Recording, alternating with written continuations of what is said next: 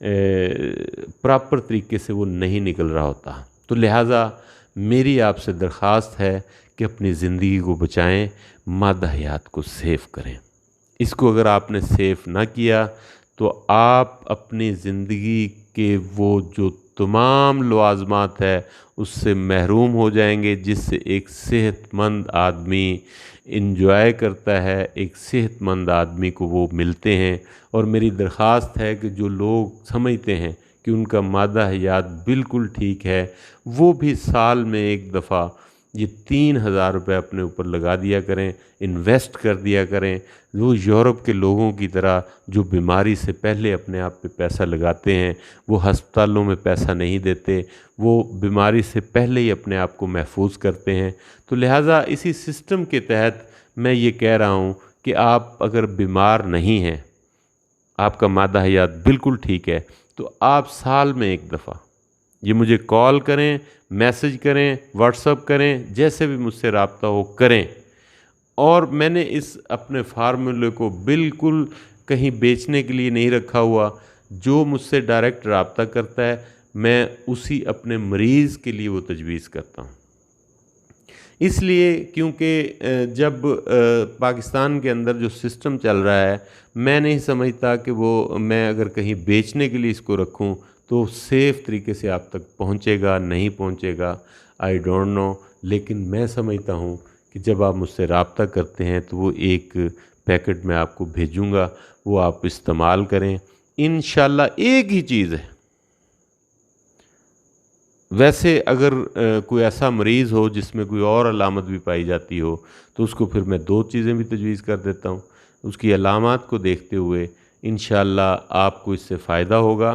ये देखें, ये सोच की बात है।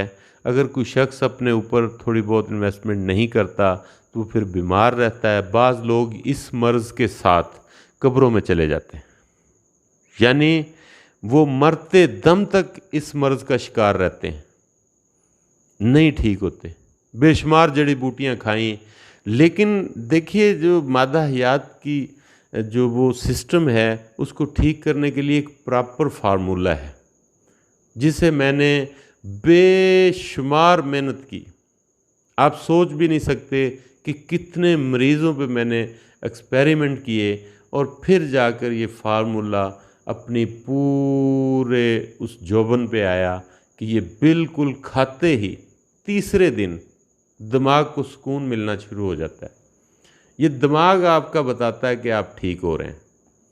आपका जिस्म तो बाद में बताता है, 14 दिन के बाद आपका जिस्म बताएगा, लेकिन आपका दिमाग तीसरे दिन बोल पड़ता है कि आप कुछ खा रहे हैं, आपकी सोचें पॉजिटिव हो गई, आपको गुस्सा नहीं आ रहा। आप घर जाते हैं, बीवी जितनी मर्ज़ी बातें कर रही, आप खुशी महसूस करते हैं। ठीक है, बीवी के साथ आप बड़े आपके टर्म और रिलेशन बहुत अच्छे हो गए हैं। बच्चे बड़े खूबसूरत लगते हैं। बच्चे तो वैसे भी प्यारे लगते हैं, लेकिन वो जो चिड़चिड़ापन है वो ख़त्म हो जाता है। सोसाइटी में, ऑफिस, ये कोई 22वें ग्रेड का बंदा भी हो तो ये मर्ज़ उसे भी लग सकती। देखिए, मर्ज़ जो है ये किसी को भी लग सकती। जैसे मौत किसी को भी आ सकती है, वो बादशाह भी नहीं देखती, मज़दूर को भी नहीं देखती, आ जाती है। इसी तरह मर्ज़ किसी को भी लग सकती। मैंने 3 वजूहात बताई हैं। पहली वजह, बचपन में कोई ऐसी आपने देखा सुना गलत और आपके दिमाग में वो एक फ़िल्म चल पड़ी और फिर वो थैली डिस्टर्ब हो गई मादा हयात की। दूसरी, आप ऐसा कुछ खा बैठे, नशा कर बैठे, सिगरेट पी ली, शराब पी ली, उससे वो डिस्टर्ब होगी। एक दफ़ा डिस्टर्ब होगी फिर वो रहती है जब तक उसका आप प्रॉपर इलाज ना करेंगे। अभी पिछले दिनों एक आदमी ने बेशुमार जड़ी बूटियाँ खा खा के उसने पूरे पंसार स्टोर ख़त्म कर दिए, कोई फ़र्क नहीं पड़ा, वहीं का वहीं। वो 1-2 दिन का फ़र्क, कोई फ़र्क नहीं होता।